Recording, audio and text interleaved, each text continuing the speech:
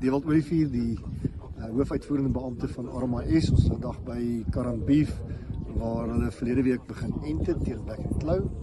Dit het goed gegaan oor die naweek, dink hulle het omtrent klaar geënt vir al die dosisse wat hulle gekry het. En ons is vandag hier om te kyk presies hoe die enting lyk natuurlik. Ons is bekommerd, daar was baie min entstof wat van hulle gegee het, maar op die einde van die dag moet hulle doen met wat hulle gekry het.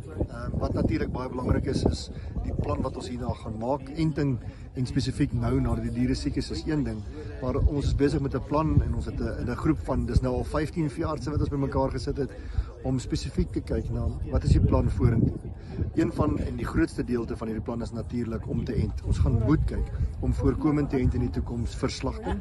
En ons is besig met die regering dan weer om daardie plan op die tafel te sit. En die groep veeartse gaan volgende week is die beplanning dat hulle bymekaar kom en natuurlik hierdie plan klaarmaak.